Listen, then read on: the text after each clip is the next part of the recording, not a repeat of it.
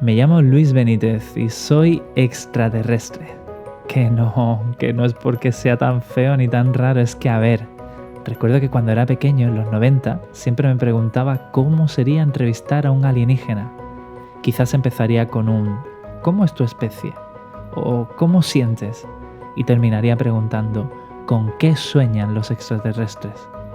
Pero los años fueron pasando y un día, después de recorrer el mundo investigando el modo en que los seres humanos soñamos, me di cuenta de que en realidad todos somos únicos y también un poco extraterrestres. Por eso me he propuesto conversar con gente de otros planetas sobre multitud de temas. ¿Nos acompañas en este viaje tan espacial? Bienvenidos a Soy Extraterrestre. Conectando con Ross. ¿Qué tal? ¿Cómo estás, amigo? Hola Luis, ¿qué tal? Un gusto verte, saber de ti después de un tiempo. Ya ves, hace tiempo ya, que no hablamos. Sí, no sé, ¿será cuánto? ¿Un par de años? ¿2 o 3 años, no? Sí, ya te diría que casi 3. Y fue en Perú, en ese maravilloso país que me encanta y que tienes por nación. Sí, la verdad que sí. Perú es hermoso. Bueno, enhorabuena que nos hayamos conocido. Muy casualmente fue, ¿no? Pero la actitud de las dos partes hizo que hay una amistad y enhorabuena que se haya mantenido en el tiempo. Totalmente, además eres de las personas que no importa que pase mucho el tiempo porque contagian mucha alegría y mucha positividad, y para mí recibir un mensaje tuyo es sinónimo de felicidad, así que te lo agradezco. Ross, tú eres psicólogo. Yo te conocí a ti por una ONG en Perú, en una visita que hice. Nos puso en contacto nuestra amiga Luna, que curiosamente fue la extraterrestre de la semana pasada, con la que estuve hablando de la figura de la mujer. Y contigo estuvimos hablando esta semana acerca de qué tema tratar. Y decidimos tratar un tema que para mí es bastante peliagudo, pero que me apetecía bastante tocar, que es el tema del duelo, de la superación de la pérdida. Así que cuando quieras, si estás preparado, tiramos para adelante, como dicen por aquí. ¿Sí? Preparado, Luis, para adelante. Perfecto. Pues cápsula 7, el duelo.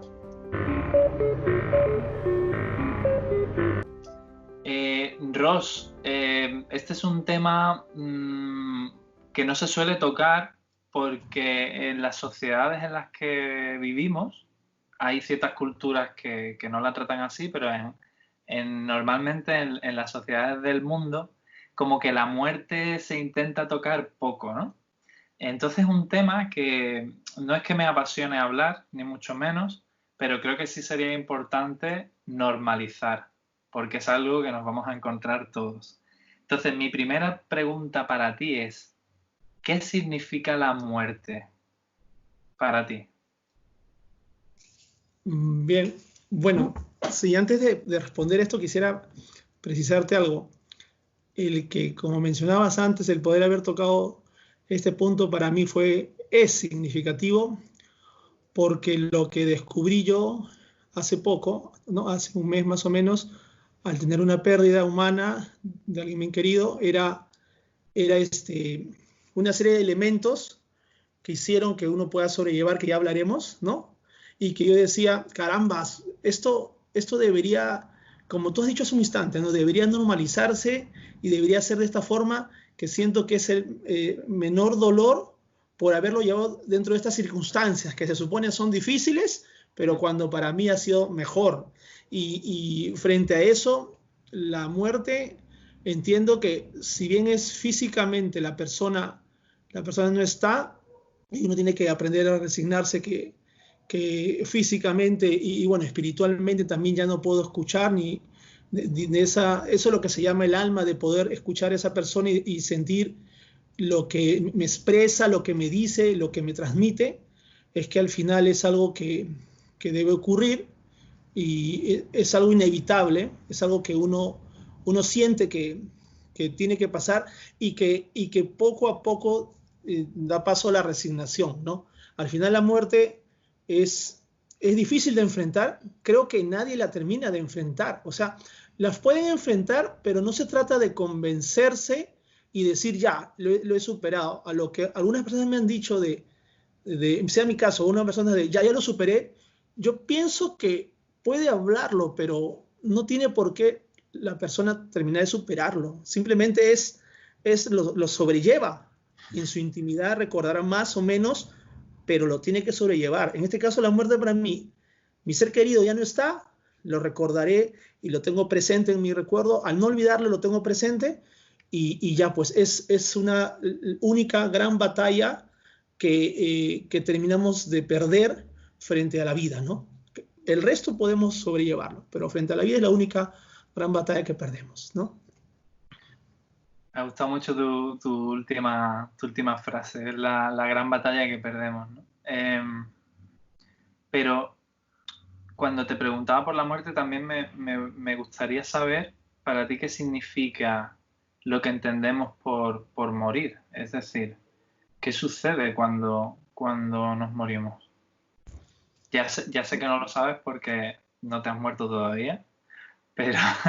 No, claro, pero si debo estar, sea justificaciones, que he estado viendo bastante de eso. A mi esposa le encanta ese tipo de cosas así, más allá de la muerte. Y justamente en History, cuando cuentan la historia de los que estuvieron a punto de morir y los que ven la luz, es una cosa media que te engancha, ¿no? Y te dice, oye, tiene sentido, si todo el mundo, y hay algo científico que comienza a decir que en medio de la muerte de los pacientes X con tal enfermedad le ha pasado lo mismo porque se han ido sus 5 o 10 minutos o máximo, según científicamente, tiene que ser 15, es que uno dice, ha sucedido lo mismo.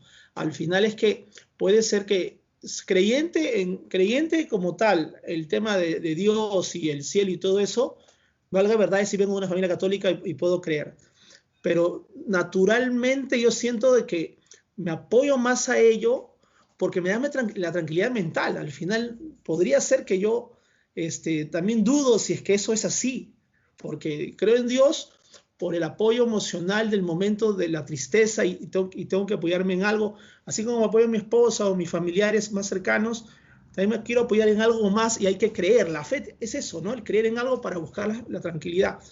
Pero la muerte al final es que no esté la persona más y que pase a otro, puede llamarse dimensión o otra etapa o otro sistema que escapa de nuestra acción, ¿no? pensamiento o razón humana, ¿no? Como simplemente se va. Y es algo que al final me quedo corto en la respuesta, pero lo que sí queda claro es que la muerte es encarar una etapa nueva y al final darle la paz a ese ser querido que aunque por nuestro lado estamos pensando que qué pena que se fue, posiblemente también otro lado merecía descansar. Eso de merecía descansar literalmente es verdad también, o sea, el merecía descansar da tranquilidad a uno y al final siento que según lo que veo en televisión y todo y los que escucho con mis familiares, claro, podría haber algo más allá, sí, hay una pérdida y hay un corte de vida, al final la muerte es el término de la vida, por llamarlo así, literalmente,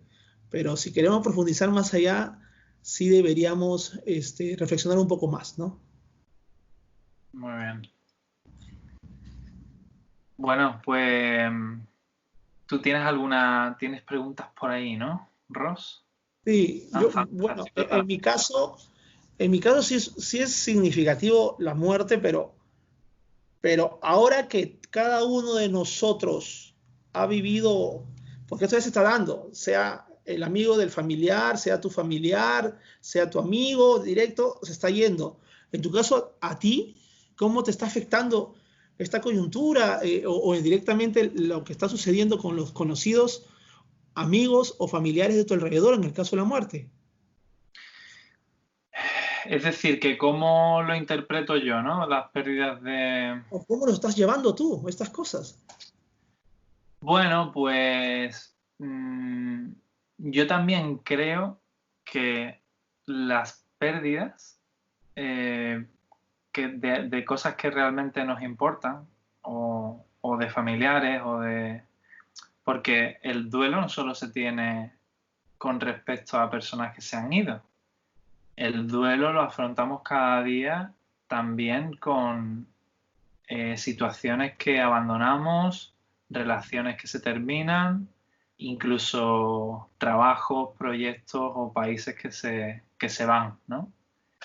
Hay una manera poco sana, o yo entiendo que es poco sano de afrontar los duelos, que es huyendo del sentimiento y no atravesándolo. Estoy muy de acuerdo contigo en que esas cosas que son tan importantes y tan vitales para nosotros y que nos acompañan, como es por ejemplo un familiar, eso es imposible superar del todo. Es que eso te va a acompañar toda la vida. Yo en mi caso, la pérdida más grande que tuve fue con 14 años, cuando mi madre falleció. A mí lo que me consoló en ese momento fue centrarme más en los años de vida que había podido disfrutar de ella que en lo que me iba a perder a partir de entonces. Ese fue, por decirlo así, el pensamiento recurrente al que yo acudía. Pero eso jamás de los jamases va a sanar por completo una pérdida tan grande. Porque es como si se llevasen una parte de ti. A ti te agarran del brazo y te lo quitan, y por mucho que tú aprendas a vivir sin brazo, cuando tú mires a tu lado, tú no vas a poder agarrar una taza con ese brazo, ¿no? Ese brazo nunca va a volver y siempre lo vas a echar de menos y siempre pensarás la de cosas que habría hecho yo si esta persona no se hubiese ido, o cómo habría sido mi manera de ver el mundo sin esa pérdida. Pero tenemos que aprender y sobrevivir. Sobrevivir es el objetivo número 1 del ser humano, es la supervivencia. Y en ese sentido no nos queda otra, así que instintivamente lo superamos. Si ya alineamos ese instinto de supervivencia con nuestra capacidad para centrarnos en la superación y en el levantarnos, pues entonces muy bien. Pero estoy totalmente de acuerdo contigo en que nunca se termina de superar. De hecho, yo te quería preguntar a ti, porque igual que yo tuve esa gran pérdida con 14 años, tú muy recientemente has tenido la misma, y da igual que seas un niño, un adolescente o un adulto. ¿Tú sientes que te quedaron cosas por decir o por hacer en el tiempo en que tu mamá estaba presente contigo? ¿O sientes que se quedó algo inconcluso? A ver, mire, mamá, sí, es verdad lo que dicen, falleció el 24 de abril, 10 de la noche. Durante el día que se le había llevado, tenía enfermera de cabecera ella y papá, se le había llevado a 10 minutos del hospital Rebagliati, uno de el más importante del país. Se le había llevado, mi hermano que es médico decía, con lo que tiene, porque él dijo, llévela de inmediato, algo así, ¿no? Con lo que tiene, como que, no sé si preparar, porque al final nunca se sabe cuándo se va la persona, pero sí mencionó su estado y dijo cosas que yo directamente ese día en la tarde estaba haciendo mi salvoconducto. Falleció el 24 a las 10 de la noche, pero ese 24 en la tarde yo estaba haciendo mi salvoconducto en el vehículo, estaba haciendo cosas, me duché, o sea, cosas como que uno va viendo y va, no sé, hay cosas que se dan, y al final recibí la noticia cerca de, pasó las 10 de la noche, los médicos llamaron y todo eso, y se fue, y cuando voy, me encuentro con mi hermana, mi cuñado, y hubo una especie de no aceptar cosas que podían pasar. ¿Qué cosa? ¿Para qué nos llama? Porque no nos decían qué cosa había sucedido. Pero cuando llaman así quiere decir que algo grave ha pasado. Mi hermano nos decía eso. Y se fue inclusive la enfermera a recoger la noticia por el tema del susto también, que había muy marcado el tema de la pandemia, que ella misma, mejor lo esperamos acá, tú entras al hospital que es de alto riesgo, algo así. Al final la doctora dijo, no, que venga el familiar. Fui directo yo. O sea, la vida hizo que suceda algo que yo siento que fue lo mejor. Es decir, que directamente vaya, que directamente me entere, que me comenten cosas, y como que es la segunda vez que me pasa esto, encarar así situaciones. Antes me había pasado por mi hermano en el año 90 y 97, y ahora sucedía con mamá, y me dieron la noticia. y sí tenía esa experiencia de que el modo robot aparece, ¿no? Así medio literal, ¿no? Una cosa así que todo razonado, recibo una noticia, regresar al ver a los carros que estaban mi hermana y mi cuñado y contarle todo un pequeño drama ahí que se vive por la noticia.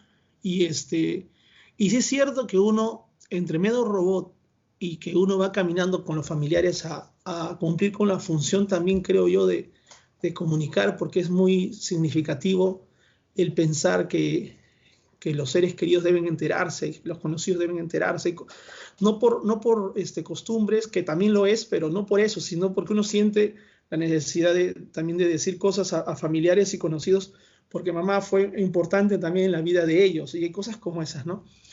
En todo caso, sí me pasó escenas a tu pregunta de que uno siempre dice, ¿por qué no vine en estos días más seguidos? O sea, la pandemia uno dice que tiene que estar en su casa, hay que evitar salir, acompañar y podría contagiar y todo eso.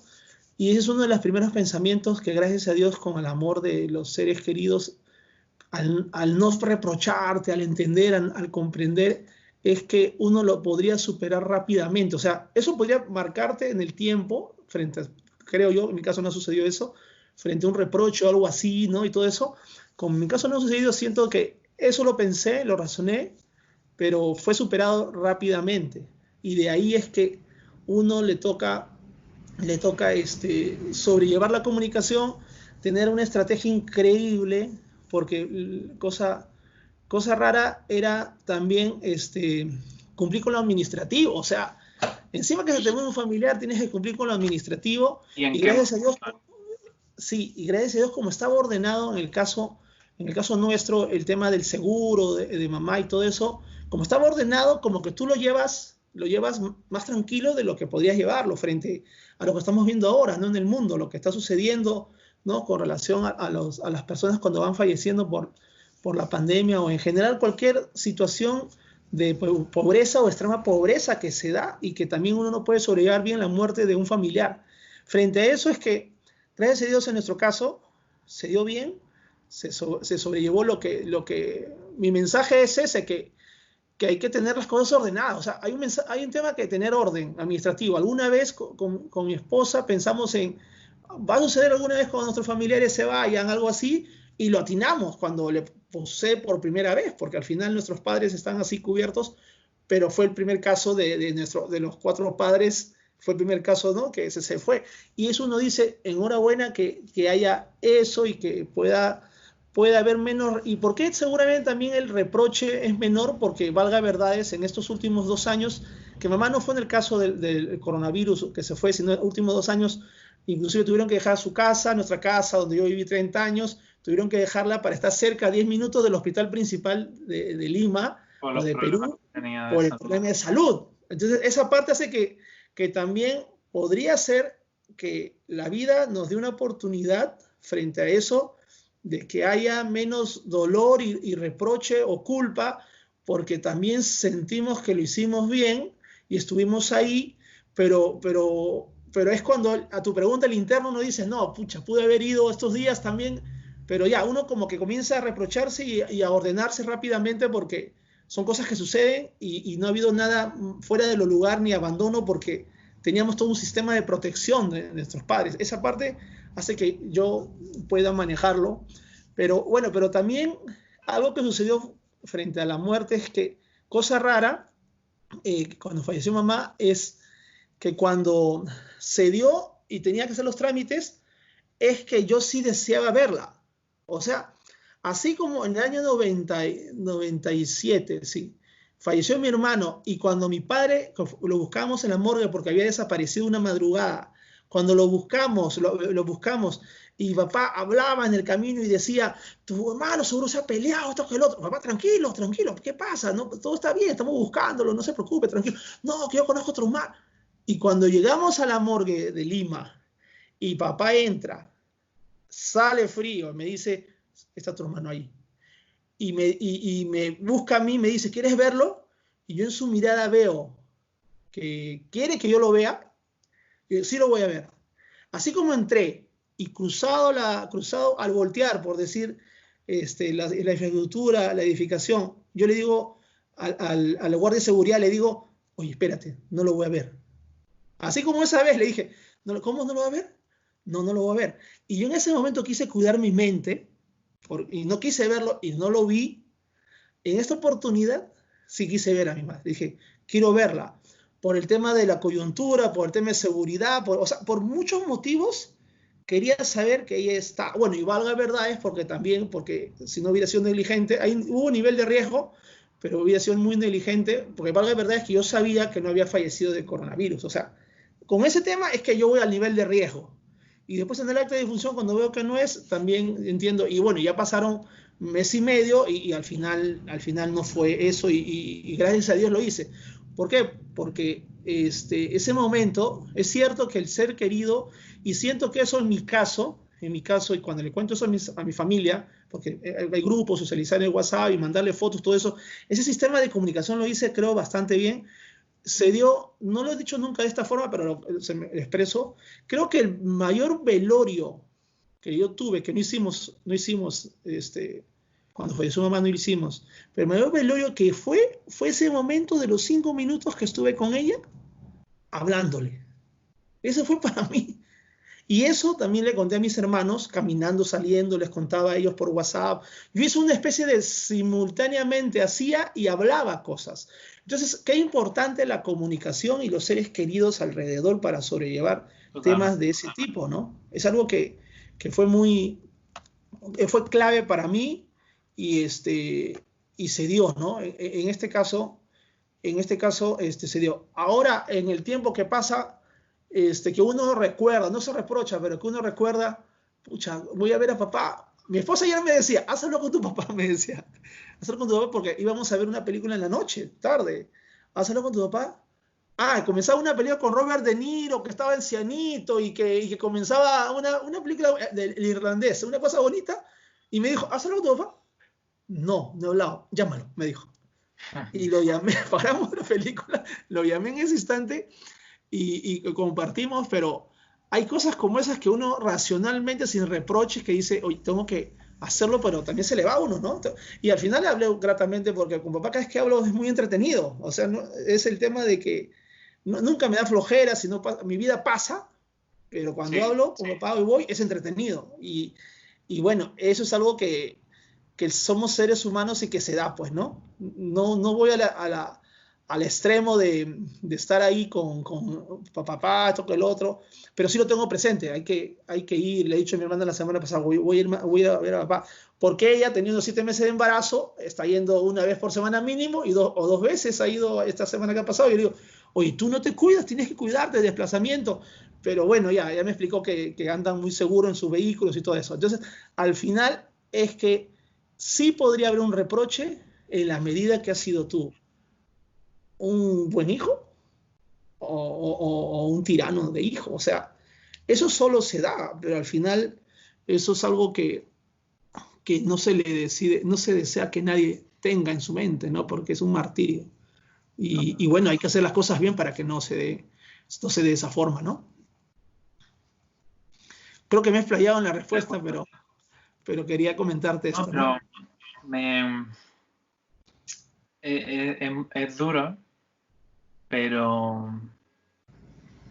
¿Y tuviste tú un familiar ahora o un conocido que le ha pasado algo con la pandemia? No, la verdad es que afortunadamente en la zona en la que vivo, Ross, ha habido muy pocos casos. Sí que me he podido poner en la piel de muchos conocidos que sí han tenido casos cercanos y no hace falta tener conocidos con casos, ¿no? Porque al final, De acuerdo. si uno tiene la mínima capacidad de empatizar, pues... Pero tú sabes que también el mundo lleva viviendo pérdidas muchísimos miles de años, independientemente de que ahora tengamos el coronavirus, pero siempre la muerte es una constante. A mí me gusta mucho una reflexión en este caso es Neil deGrasse Tyson, el que habla de que la belleza de la vida precisamente es que existe la muerte. Y para que se dé la vida, tiene que darse la muerte, porque si fuéramos eternos y tuviéramos el peligro de fallecer atropellados por un coche, nunca saldríamos de casa, porque tendríamos todo el tiempo del mundo y nunca nos arriesgaríamos a perder la vida, pero nos quedaríamos sin vivir, sin aventuras, sin aprovechar cada instante de vida que tenemos. Por eso nos gustan más las flores de verdad en lugar de las flores de plástico, porque uno puede tender a pensar, bueno, pero si las flores de plástico duran por siempre, son eternas, no se estropean, ¿por qué prefiero una flor o un ramo de flores que ha sido cortado y que sabemos que se va a terminar pudriendo o muriendo, ¿no? Pues es precisamente lo efímero lo que le da valor. Entonces, creo que la relación con la muerte es muy dual, ¿no? Va como en dos direcciones. Es como que no quiero saber de ella, pero a la vez no sabe que lo que le da sentido a la vida. Y quiero recuperar un poco la pregunta que te hice al principio, porque un pensamiento que he tenido yo siempre, Rosy, así te lanzo yo mi última pregunta, es, fíjate, ¿realmente existe la muerte? Porque nadie se ha muerto y ha vuelto para contarlo. Y damos por hecho de que todos vamos a morir y que la muerte va a suceder. Pero realmente puede ser que estemos viviendo una especie de ilusión y la muerte sea simplemente un cambio de escenario. Entonces a mí me asusta mucho el hecho de pensar que todo esto de la vida es una mera ilusión, ¿no? Mi pregunta para ti, la última pregunta, que yo sé que tú tienes mucha experiencia a la hora de tratar con niños, no solo por tu oficio, sino también los proyectos sociales con los que has estado involucrados y yo creo que tú también tienes ahí una parte bastante importante de profesor, ¿no? De didacta, de maestro, por así decirlo. ¿Cómo le explicarías todo eso a un niño que todavía no se ha hecho o que se está empezando a hacer ciertas preguntas bastante existenciales? ¿Cómo le explicarías al niño que va a llegar un día en que esa muerte, que a lo mejor no existe, va a tener que afrontarla o va a tener que afrontar duelos o que la vida se acaba? ¿Cómo se lo explicarías tú?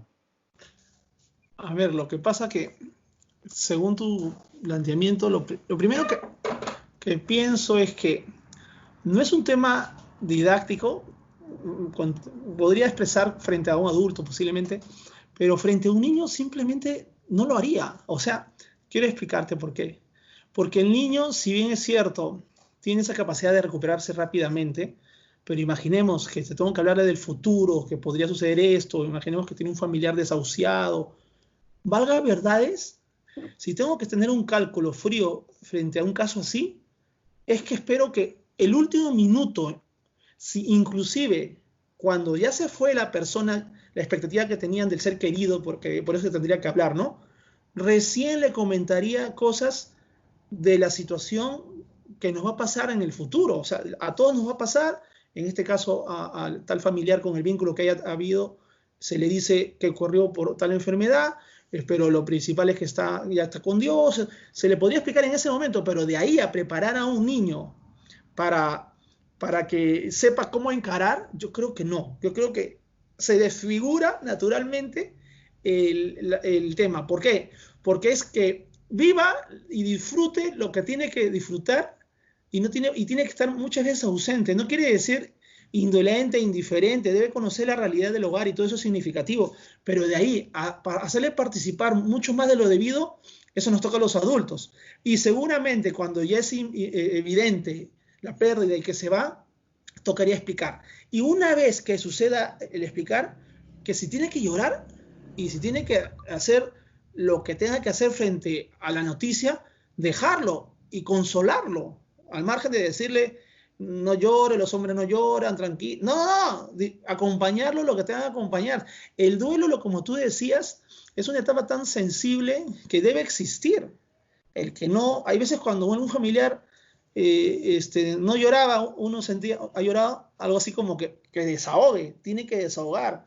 Entonces el primer punto frente a los niños es dejarle un poquito al margen de y que disfrute. No tiene por qué vivir lo que los adultos le toca encarar. Hay cosas. Y después, si se te tiene que hablar, inclusive poco, que no está, pero físicamente, pero siempre estará con nosotros, esto que el otro, también es un pequeño consuelo. Y frente al llanto desconsolado y desproporcionado y que no se pueda manejar, no tenemos por qué manejar la situación, simplemente tenemos que acompañar una situación que se da hasta que pase. El duelo no es malo, es bueno. Inclusive cuando tú describías hace un rato el duelo, se hablaba de muchas cosas, muchas pérdidas, pero hasta una pérdida objetal. O sea, yo he ido a traer la taza que me regaló mi padre, y si se pierde o se rompe esto, pucha, qué dolor me va a causar, y seguramente no voy a entrar en llanto profundo, pero sí me voy a tener una emoción de, o sea, no puede ser, qué tonto he sido, qué descuidado, carijo, toca el otro. Y lo recordaré, papá, él está en vida, obviamente, pero lo recordaré por una serie de escenas que puso acá. O sea, lo que se tiene que llevar es las cosas como deben ser, vivir su duelo, y si es dilatado o demasiado largo, ahí seguramente, así como te di tu espacio, y porque era necesario, no quiero hablar con nadie. Ahora hay que levantarse, ¿no? Y toca... Así es. Hay que decir, oye, vamos a hacer esto juntos, porque también aparece la estrategia, después del periodo del duelo, el cálculo que uno va viendo, no sé, oye, vamos a hacer esto, acompáñame a hacer, ya, es un tema ya de estrategia para que se levante poco a poco. Hay una cosa muy curiosa, Ross, porque normalmente el discurso, por lo menos el discurso más reciente, habla de esa preparación para el duelo. Entonces me resulta muy curioso que tú, que tienes mucha experiencia, eres psicólogo y que no hablas tampoco por hablar, sino que tienes un conocimiento y una base de pensamiento crítica importante, ¿no? Entonces me resulta muy curioso que me digas que a ese niño hay que aislarlo porque parece ya como predeterminado que nos tenemos que preparar para la pérdida. Me parece interesante tu perspectiva acerca del tema para aislar, no aislar de ocultar... Aislar no es aislar, claro. Aislar no es. Ocultar información, sino que el niño se centre en lo que se tiene que centrar porque la infancia pasa y como que tú propones que ese niño disfrute la vida al 100% sin preocuparse porque ya tendrá tiempo de preocuparse. ¿No es un poco lo que...? El tema es, si tenemos que hacer estrategias para que esté vinculado al ser querido que pronto se irá, sí hay que hacerla. Pero si tenemos que hacer estrategias para, mira, pronto se va a ir, dale cariño, no. O sea, que le dé cariño por todos los motivos que queramos, menos porque pronto se va a ir. Entonces, al final no hay una especie de culpa posterior cuando uno dice, mira, yo sabía y no hice. Porque eso algunos adultos lo manejamos, otros naturalmente no podrían manejarlo. Entonces, ¿por qué a un niño darle esa carga?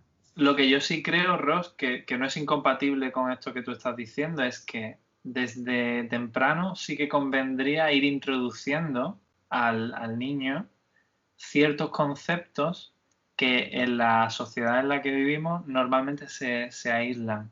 Es decir, una cosa es no inundar al niño con preocupaciones que no tocan, pero sí de manera natural, entre comillas, ir introduciendo conceptos como por ejemplo el concepto de la muerte, sin dirigirlo evidentemente a los familiares, sin hacerlo tampoco demasiado explícito, pero que el niño sí sepa que hay, no sé, ciertos retos a los que que va a afrontar en la vida, durante su vida, porque yo creo que si desde pequeñito lo tuviéramos como más naturalizado, sería mejor.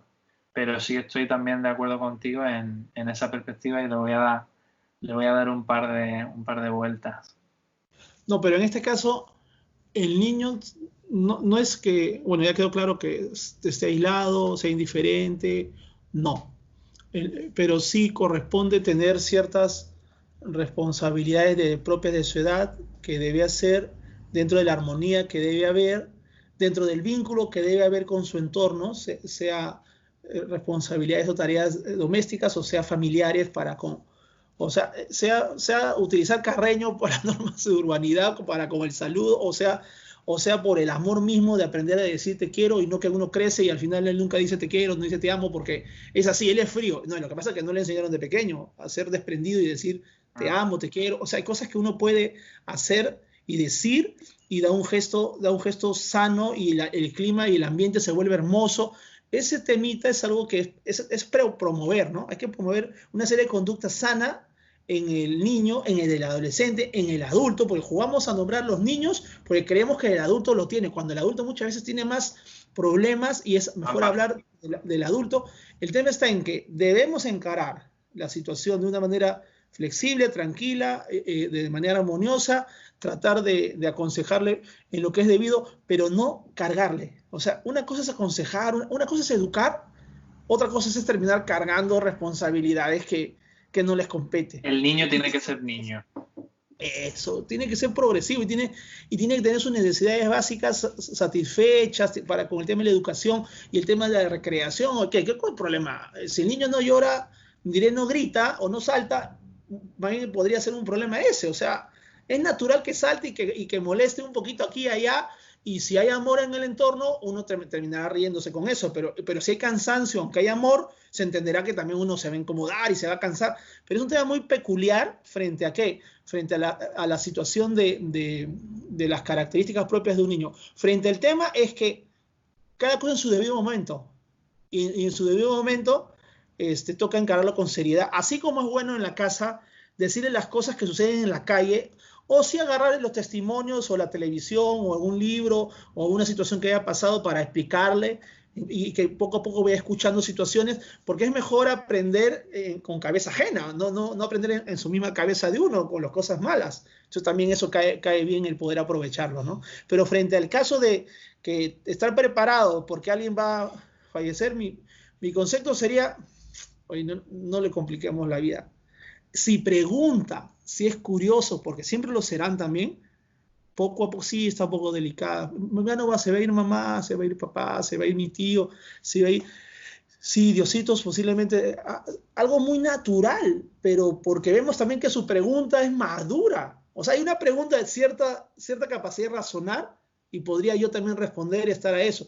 Podría haber un extremo de que si el oculto, que ese no es mi mensaje, es no cargarlo, pero se frente a determinado estímulo, saber cómo hablar con el menor, pero si hay cosas que se pueden evitar porque le va a afectar, por estrategia yo lo haría, ¿no?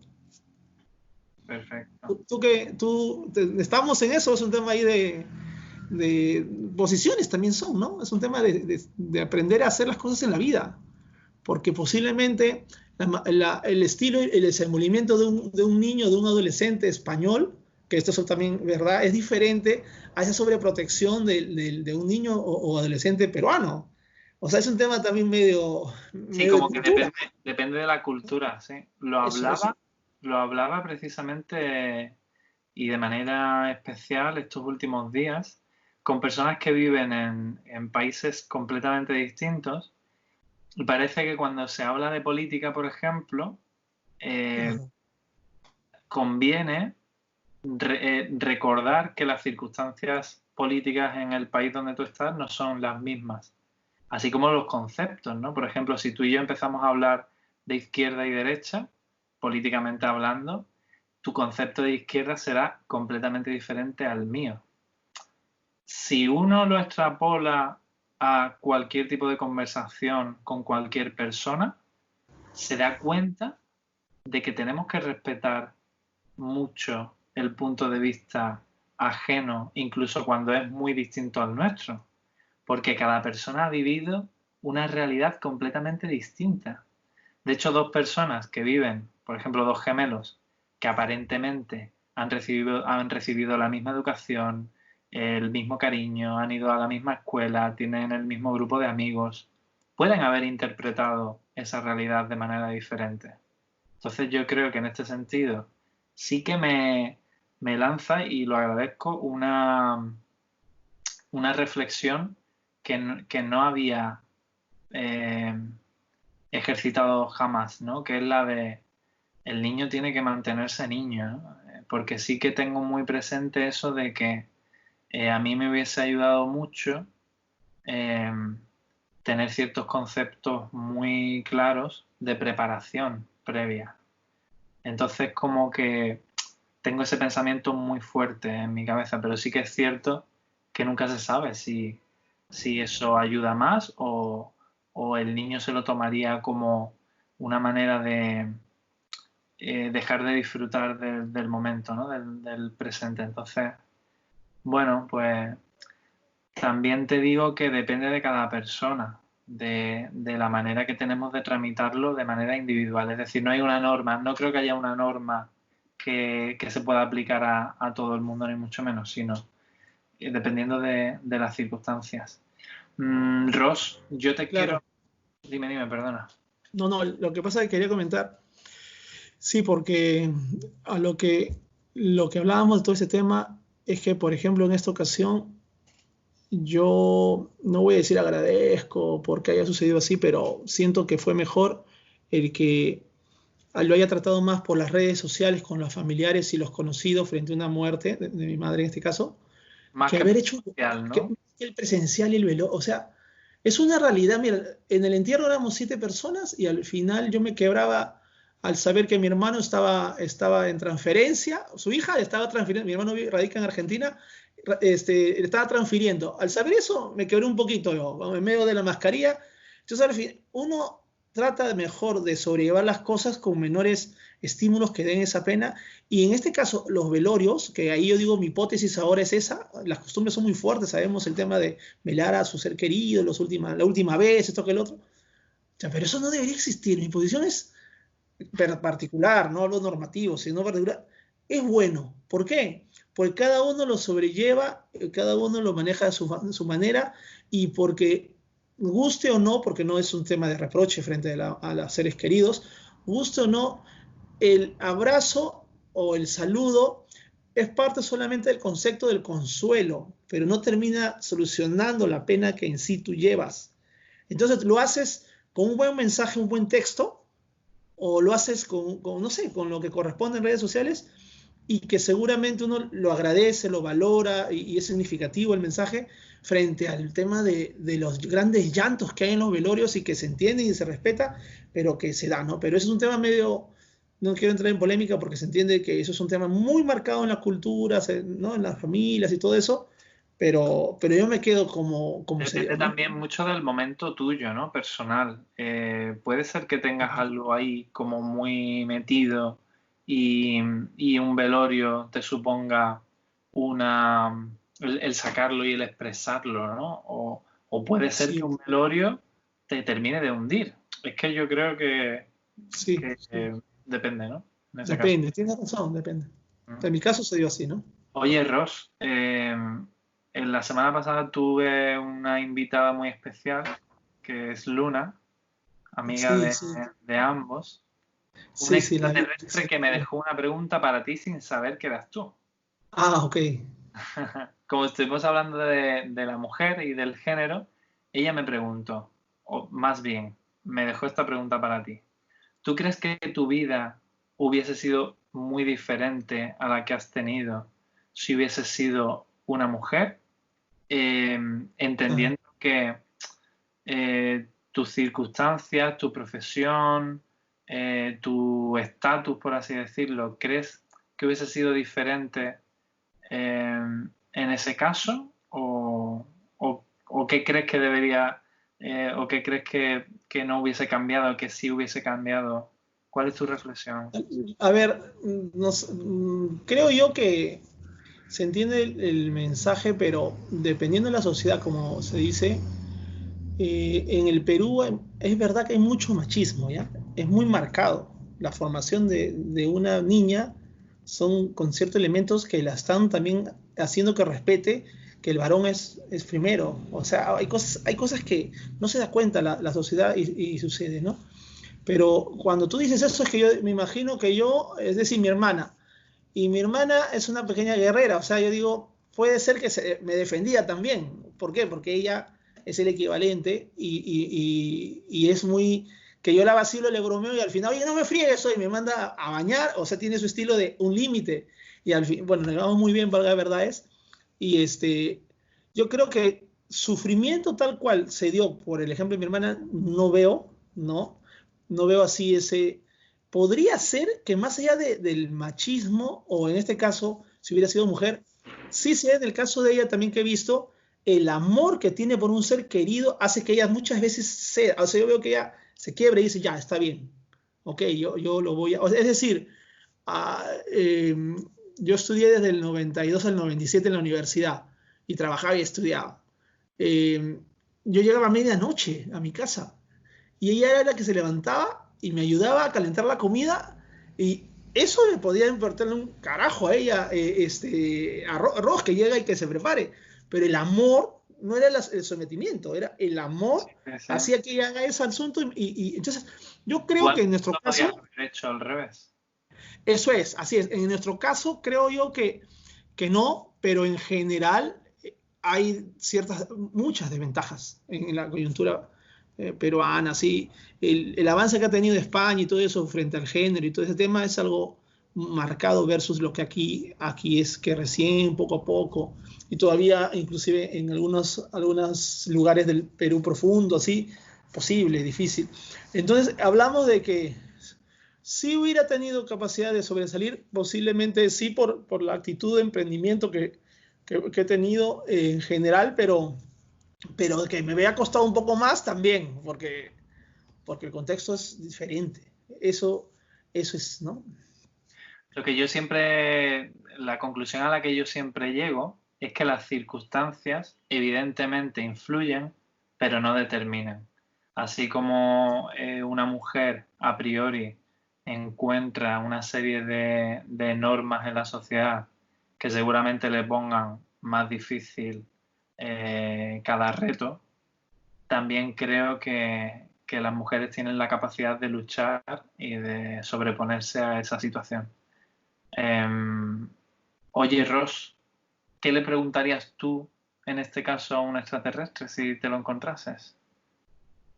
¿Qué le preguntaría? ¿Qué lección de vida más grande ha tenido frente a la ayuda social? Perfecto. Pues se lo preguntaremos al alienígena de la semana que viene. Muchísimas gracias.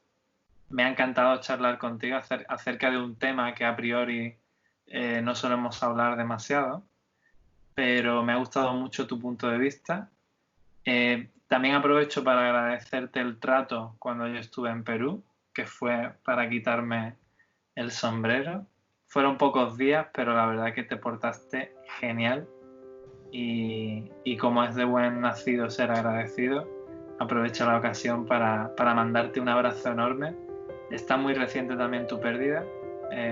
Yo no te he dado el pésame porque quizás nuestras conversaciones han sido como muy directas en este caso a la hora de grabar, pero sabes que te acompaño en el sentimiento, que sé que estás todavía en el proceso y que es muy difícil, y mi cariño, mi amor y mi aprecio lo tienes. Muchas gracias, Luis, la verdad que me ha encantado también el poder conversar contigo. Es un espacio que cuando lo vi me gustó poder expresar, poder hablar, poder decir cosas. Estás colaborando, es tu granito de arena significativo frente a personas que quieren escuchar algún mensaje, algún tipo de orientación y consejo, que esperemos que con esta charla se haya podido lograr hacer mejor personas, porque al fin y al cabo somos seres humanos y por naturaleza somos imperfectos y debemos ir mejorando en la vida y siempre ver el lado positivo, buscar que las cosas, sobrellevarlas, por algo suceden las cosas. Tenemos que tener esa actitud, como mencioné, eso es el vaso medio lleno, ¿no? Actitud positiva para la vida, porque es algo que tiene que ser así y te retroalimenta. O sea, la salud mental al tú ser así es lo mejor. Si uno es medio renegado, no entiende, intolerante, todo eso, primero se está perjudicando, primero se está haciendo daño, y de ahí al entorno. En todo caso, gracias por ese momento de poder hablar y bueno, hasta siempre, seguimos conversando. No sé si YouTube llega al cielo, pero si por casualidad tu madre nos está viendo, seguro que está plenamente orgullosa de ti. Así. Gracias, Luis. Bonitas palabras. Un abrazo enorme. Un abrazo también, cuídate. Oye, ¿la señal extraterrestre la sabes hacer? A ver, no, la voy a hacer. ¿Así? Perfecto, amigo. Muchas gracias. Un abrazo. Cuídate, nos vemos. Chao, chao.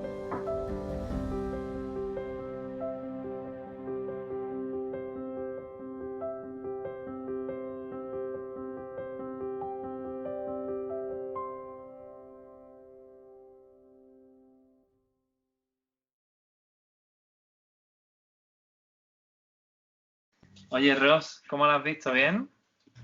Bonito, me enganchó, compadre. ¿Te pasaste, ah? Muy bien. Engancha, ¿no? Sí. He de decirte que yo estaba un poco nervioso. No sé si me lo has notado. Pero yo creo que ha sido un poco el tema también que... El tema es jodido, sí. No sé, he estado como un poco ido, la verdad. Tú has estado magnífico. Yo creo que... Yo te cuento una cosa. Yo cada cosa que he pensado, al final digo, carijo, voy a terminar hablando mis temas en tutoriales, en videos, en rollos, y va a ser el único lugar que me tolera y puedo explayarme al final. Entonces hay cosas como que eso ayuda porque uno se siente medio, lo que tú dijiste es cierto, medio de vocación de contar y hablar cositas, pero cuando de repente pasas a un nivel jerárquico que es organizar grupos, pero que cada uno disparen, pero ya no estás en el día a día de lo que es el grupo de enseñanza, formación, como que eso extrañas. Y eso es algo que este tipo de espacios te ayudan a soltar, a decir, y siempre una frase cae bien, y es algo que te felicito más bien, Luis, por esto, ¿eh? Muy bien. Oye, no he contado que mi papá no sabe, ¿no? No he contado que mi papá no sabe lo de mi mamá. Es algo que, mira, el fanpage lo he escrito ahí yo. ¿Cómo? Espera, que esto me acaba de explotar la cabeza. ¿Que tu padre no sabe lo de tu mamá? Papá es un paciente cristal, tiene 4 bypass cambiados, tiene la válvula, no sé qué rollo se llama, cambiada, y es un paciente cristal. Y si nosotros vamos, papá piensa que salió mamá, y como alguna vez mamá estuvo como 2 meses en el hospital y de ahí regresó, tiene ese aprendizaje también de que se ha hospitalizado y todo el asunto. La estrategia es que levanten la cuarentena y el día que le contamos a papá que mamá falleció, ese día lo levantamos, lo subimos al carro y lo llevamos al cementerio porque lo va a pedir. Pero si le contamos y de ahí se queda porque no puede caminar el postrado. ¿Cómo llevas mantener ese secreto tan pesado? Papá no le hago caso cada vez que, oye, tu mamá tal cosa, no se complique, todo está bien, ya, mamá estacionaria, está estacionaria, ya, no se complique, pues con fe nada más. Papá, ¿se acuerda tal cosa? Y le cambio de tema. Porque la relación que tienen ellos o que tenían... Muy cercana hasta el final, más de 50 años juntos.